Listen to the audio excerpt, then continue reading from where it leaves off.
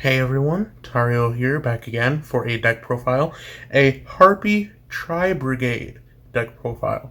I know there have been a lot over the past few months, over the past year, since tri-brigade came out and everyone was trying it and with the Smorglock and whatnot, but I've been trying it out and I just got the last parts of the deck and the side deck today, and I kind of wanted to show you what I kind of thought up, and what I'm gonna bring to locals next week when they start up again for the first time since early 2020, late 2019.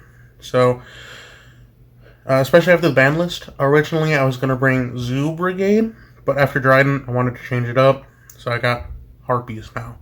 So, without further ado, we'll start with the main deck. We got, let me turn the light on, right there. We got two Harpy Lady 1s. This counts as Harpy Lady even when it is in the main deck. It counts as Harpy Lady. It's an Elegant Egotist target. So real easy to go into with Elegant Egotist and this card to go into rank 4 plays, synchro plays, or even link monsters. We have two Harpy Harpists. This one, I try to get into the graveyard, because when it does, I can add a Harpy card. I believe it... one level 4 winged beast monster with 1500 or less attack from your deck to your hand. So it's a way to add, like, Harpy Perfumer from your deck to your hand, so you can normal summon it next turn, add Elegant Egotist, and like bring out Harpy Lady 1. Is just a way to kind of start your plays and to kind of think ahead for the next turn or two.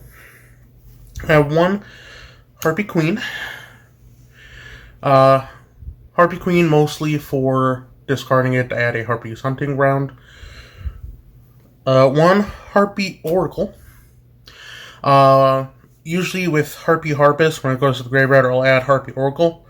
With Harpy Oracle, when I have a level 6 or higher Harpy monster on the field, I can special summon it.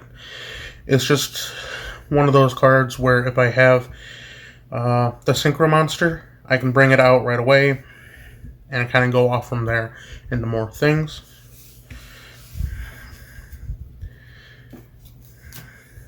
I also have three Harpy Perfumer. I kind of have two in this deck.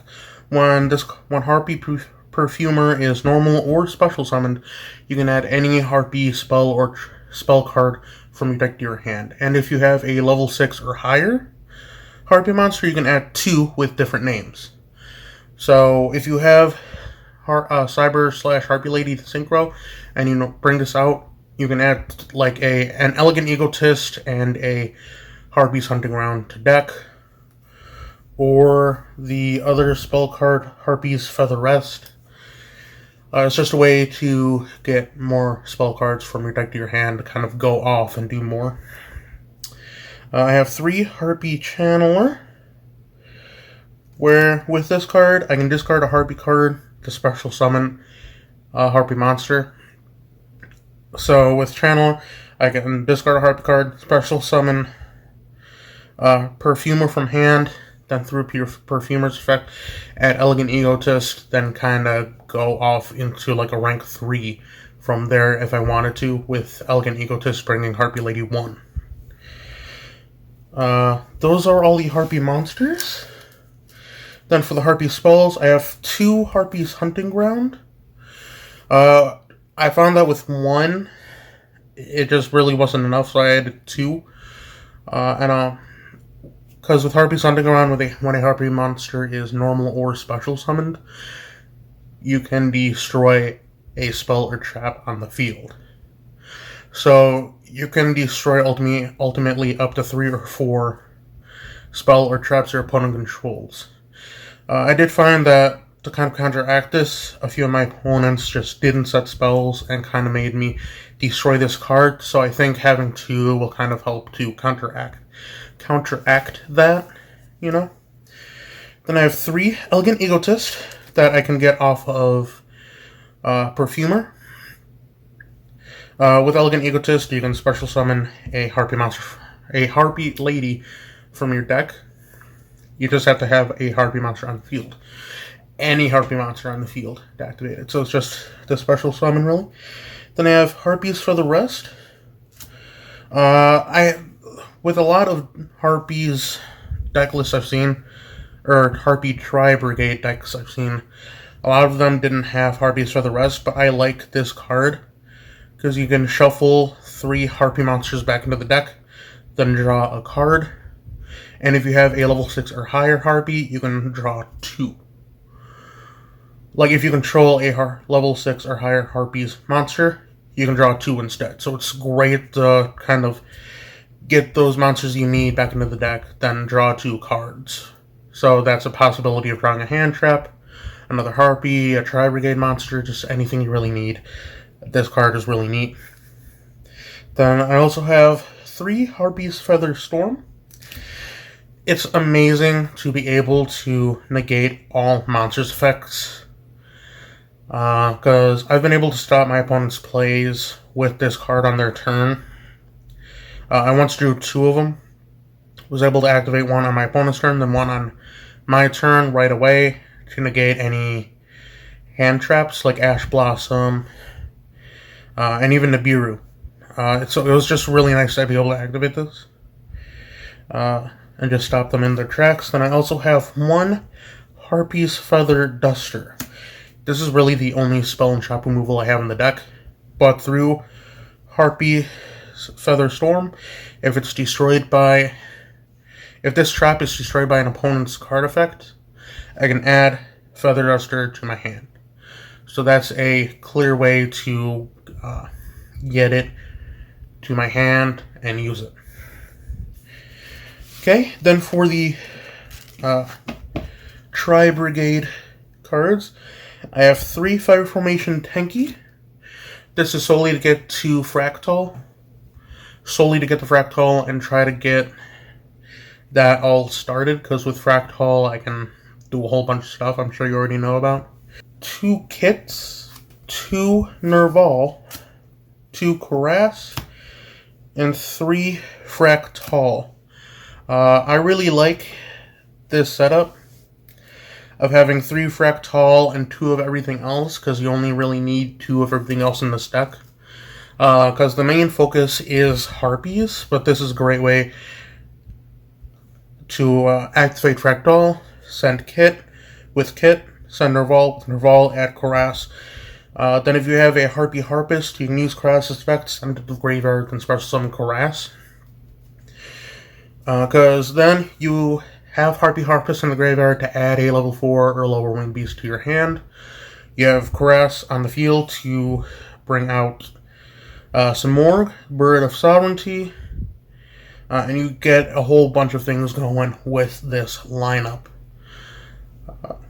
Now, I have 3 Fractal and 3 Tenki to try and get it to my hand as soon as possible, so I can activate it and get things going. Because if I start with Kit or Nerval, it doesn't really line up too well. I can still use them. Then I have 1 Barrier Statue of the Stormwinds to special summon off of Smorg Bird of Sovereignty to get that Smorg lock. And I have 3 Ash Blossoms rounding out the main deck. Ash Blossom is there because I know with Mirage Stalio off the ban list, Nat 1, it will just come in handy for some great matchups, and it's pretty good with like all the pots and whatnot to use it. So I have 1 Synchro Monster in Cyber/Harpy Lady. I'm only running 1 for now because that's all I have, and it's stupidly expensive for what it is. It's like $20 last I checked. Then I have a Harpy's Pet Phantasmal Dragon, starting the Xyz lineup. I love this card, the Phantasmal Dragon, because you can't target Harpies for battle or for card effects, so it's really useful for that protection.